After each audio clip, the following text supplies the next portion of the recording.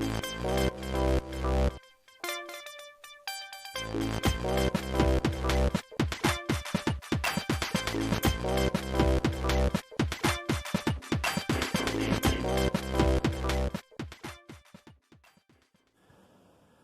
everybody and welcome to another video.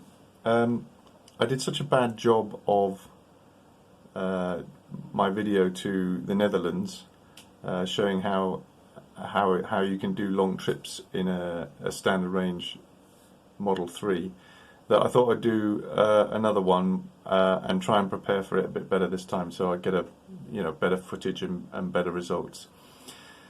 So it all started when I was browsing on eBay and I came across a Sofar battery inverter and a Pylontech battery that had just been placed up for auction.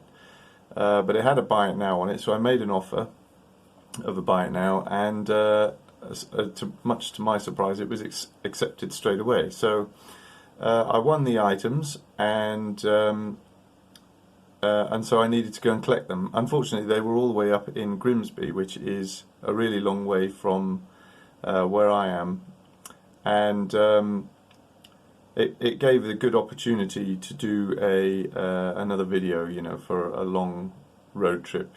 So the whole round trip was going to be something like over 300 miles. So I had to drop my son off at university as well, which is up that way. So I thought I'd do it all in one go.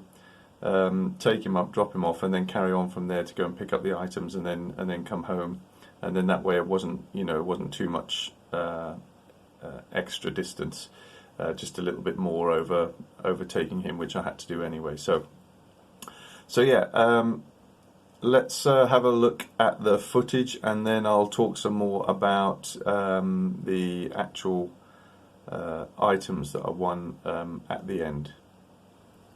Okay, so we're getting ready to go, and this is the route that a better route planner is suggesting. So we're going to start off with a full charge. We'll go all the way up to Derby, stopping at Leicester Superchargers on the way for a short time. We'll probably have some lunch then, because we'll be hungry by then anyway. So yeah, a charge there while we have something to eat, and then I'll drop my son off at Derby, and then I have to go across over to here to meet the buyer, where I can take possession of the goods, and then I'll head back down the A1, quick stop at the supercharger there, and then onto the A1M and all the way down, another quick stop at the supercharger there, and then all the way back home. That's what a better route planner is suggesting anyway, so I'll type it all into the Tesla navigation system, and I suspect it will probably come up with the same route, so that's probably the route we'll be following. Right, it says we've got 212 miles, so we're going to set off now. Let's see how we get on.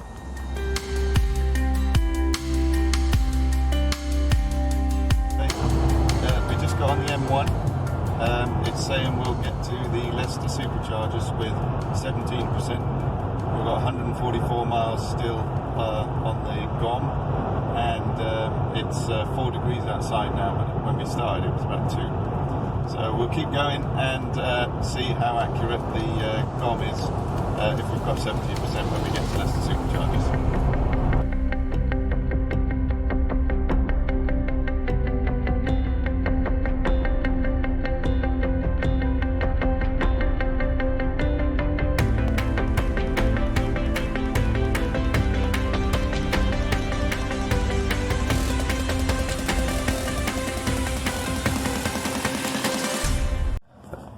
We got to the Tesla Supercharger, and it was full and there were loads of people waiting, so we nipped across to another charger that's by a McDonald's, but both the chargers here are full as well, so we're going to get some food, and hopefully one of the chargers will free up while we're having something to eat, and we can plug in to get enough to get us to Derby.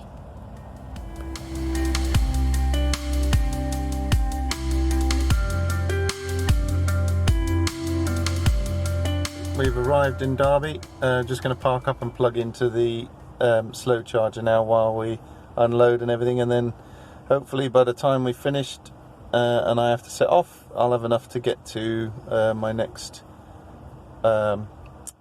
meeting point. So yeah, I didn't do some footage at the McDonald's where we had some lunch, but there was a bit of a queue there. But luckily, someone left soon after we arrived, after about 5 minutes. So I managed to plug in for 10 minutes just to get enough to get us here. But there was about 4 cars behind us all waiting for a spot on the charger. So yeah, not ideal. But yeah, we're here now. So we'll unload and then I'll set off again in a bit.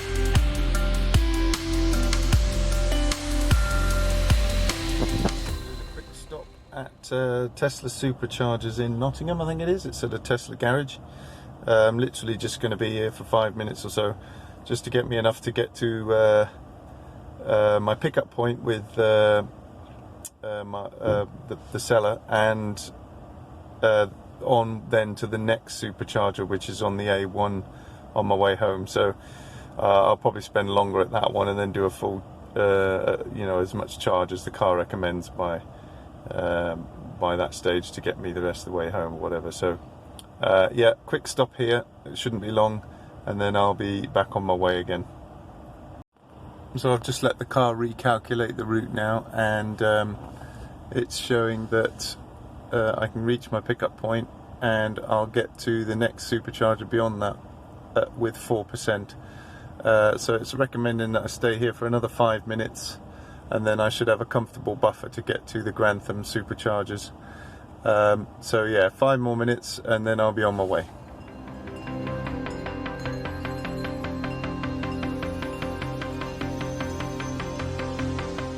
Okay, well, I've just met the seller and picked up the unit, the battery and the inverter, and yeah, as far as I can tell with the inverter, it probably works. There's no way to know for sure, but the battery, I just tried turning it on and absolutely nothing. The guy said it's been basically disconnected since, well, mid last year. So I'm hoping when I get it home I can bring it up slowly and the cells will not have been damaged too much. But worst case, I think they could be, the pouch cells might be so discharged that they're going to be completely useless. They're going to be shot. Not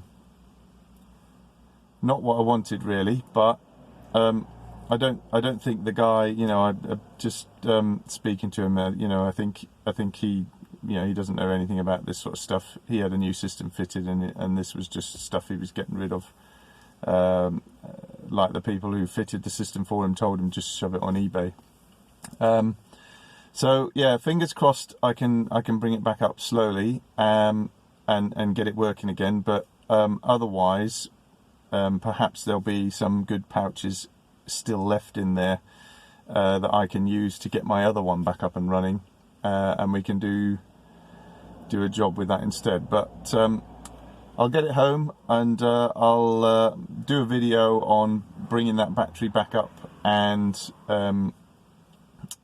testing its capacity and see what it's actually got. So we'll see what we can do with that. But yeah, slightly disappointing, but it is what it is now. So I've got to start making my way back home now. So according to this, it's 13 miles to the next supercharger. I should get there with about 22%, and I've got to do a charge there, and then I can carry on down the A1 all the way back home. So we'll set off now, and hopefully be home before I get too hungry, really. So yeah, let's carry on. Okay, I'm at the Grantham superchargers, and I'm getting nearly 130 kilowatts, which is nice. So we stay here for a bit. Let's have a look. What does it say? It reckons about 35 minutes, but I might just, as soon as this rate starts to drop down to about 110 or something, I might just go on to the next supercharger, because it'll probably be quicker that way. But while I'm here, I'll take a quick comfort break, and then I'll yeah, see how we're getting on, and we'll carry on after that. But yeah, good speed.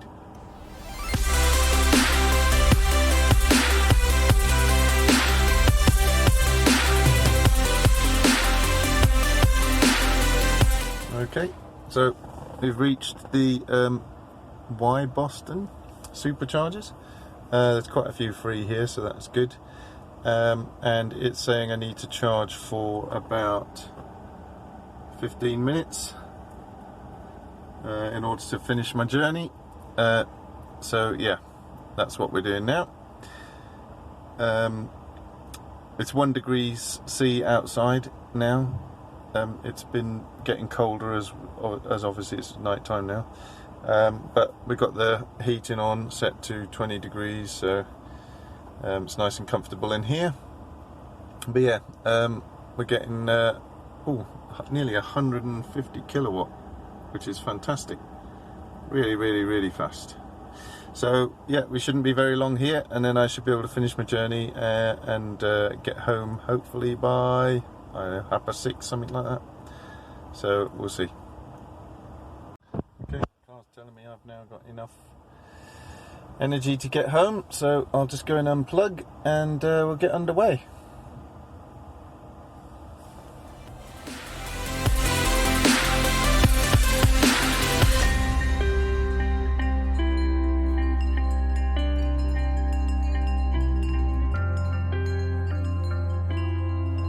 Okay, there we go, we're back, and we had 27 miles left in the battery, so that's not bad.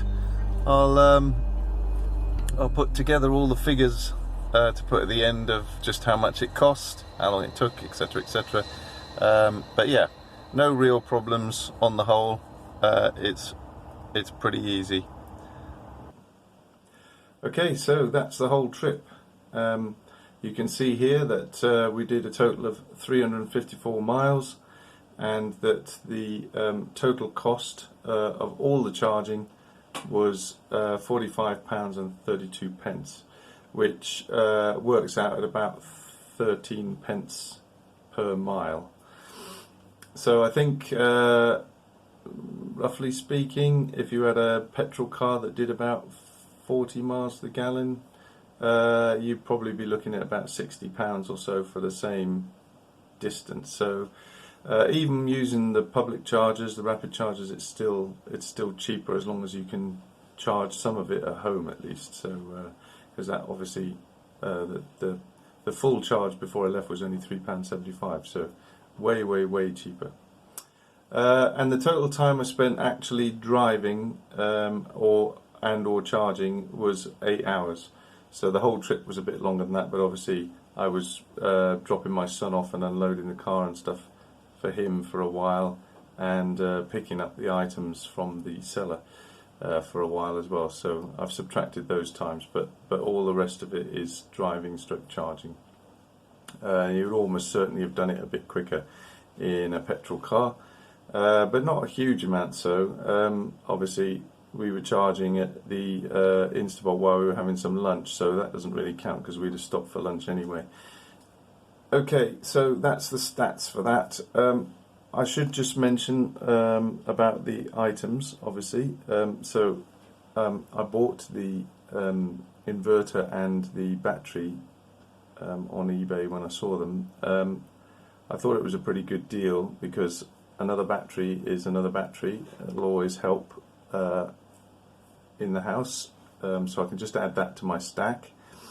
And the inverter, well, it's a grid-tied battery inverter, but it doesn't have anything to do with solar in that sense, so it can operate completely independently. You can just use an inverter like that to charge up a battery bank, and then use that to, you know, power your house during the day if you charged it at night for a cheap rate and stuff. So it's useful, but it also has an off-grid mode, so I can actually run it in a completely off-grid mode. And I haven't quite decided what I'm going to do with it yet. I had various thoughts, one of which might be to have a new battery bank of different type of cells, like prismatic cells or something like that, and so I'd need an inverter to run them and charge them. The other thought I had was that maybe I could use it to just run one circuit in an off-grid mode, maybe to help with the induction hob in the kitchen now, because it sort of switches on and off really quickly and the normal batteries can't keep up with it. So running that in an off-grid mode would mean that it wouldn't have the effect that it currently does, or possibly even get it fitted at my parents' house to help them out with lowering their bills, get them over onto a tariff where they can charge it cheap rate at night time and then run their house off it a bit during the day. So I haven't fully decided what I'm going to do with it yet, but it was a good deal, so it was worth having a punt on. But anyway, okay, I'll leave it there for this video. Thanks for watching. Please do like, comment, share, subscribe, and I will see you all on the next video. Cheers.